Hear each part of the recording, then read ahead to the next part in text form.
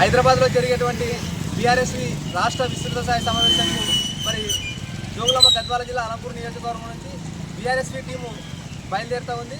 మరి ఈరోజు కేటీఆర్ గారు, BRS party working president KTR గారు మరియు మాజీ మంత్రివర్యులు తన్నీర్ హరీష్ రావు గారి సమక్షంలో జరిగేటువంటి ఈ విద్యార్థి విభాగం విస్తృత స్థాయి సమావేశంకు మరియు ఈరోజు పెద్ద ఎత్తున కూడా జిల్లా మొత్తంలో విద్యార్థి నాయకులు బయలుదేరుతూ ఉన్నారు.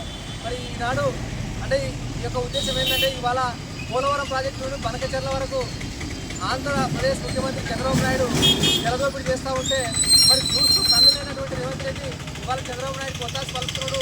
ఖచ్చితంగా జలదోపిడిని అరికట్టాలని మరి ఈ యొక్క బనకచెర్ల ప్రాజెక్టుని అడ్డుకోవాలని తక్షణమే ఈ పోలవరం ప్రాజెక్టు నుంచి బనకచెర్లకు నీటిని తరలించడం ఆపాలని ఇవాళ పెద్ద ఎత్తున బీఆర్ఎస్ విద్యార్థి విభాగం జిల్లాలోని అన్ని కాలేజీల్లో కూడా విస్తృతంగా విద్యార్థులకు ఈ యొక్క ప్రాజెక్టు పైన అవగాహన కల్పించడం జరిగింది.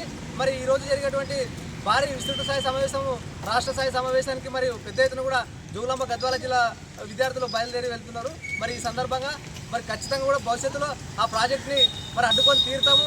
అంటే తెలంగాణ రాష్ట్రం యొక్క హక్కులను కాపాడే విధంగా చేయాలి, కానీ అట్లా చేయకుండా ఇవాళ రేవంత్ రెడ్డి మూర్ఖుడు మరి ఓన్లీ ఇవాళ చంద్రబాబు నాయుడు కొత్త పలుకుతూ మరి 200 టీఎంసీలు నీళ్ళను తరలించకపోతుంది. దానిపైన ఇంతవరకు నోరు మెదపకుండా ఉండడం అనేది సిగ్గుచేటు.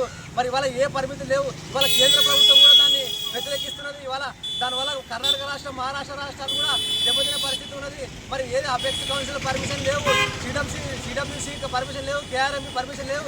ఏమి లేకపోయినప్పటికీ కూడా ఇవాళ అక్రమంగా చంద్రబాబు నాయుడు మరి ఆ ప్రాజెక్టు నుంచి నీళ్లు తరలించడం అనేది దుర్మార్గం. ఖచ్చితంగా పెద్ద ఎత్తున ఈ రాష్ట్రంలో విద్యార్థి లోకమంతా తిరగబడి నీకు బుద్ధి చెప్పే త్వరలో వస్తుంది. రేవంత్ రెడ్డికి బుద్ధి చెప్తుంది, చంద్రబాబు నాయుడు కూడా బుద్ధి చెప్తున్నారని తీవ్రంగా ఖండిస్తున్నామని తెలియజేస్తూ ముగిస్తున్నాం.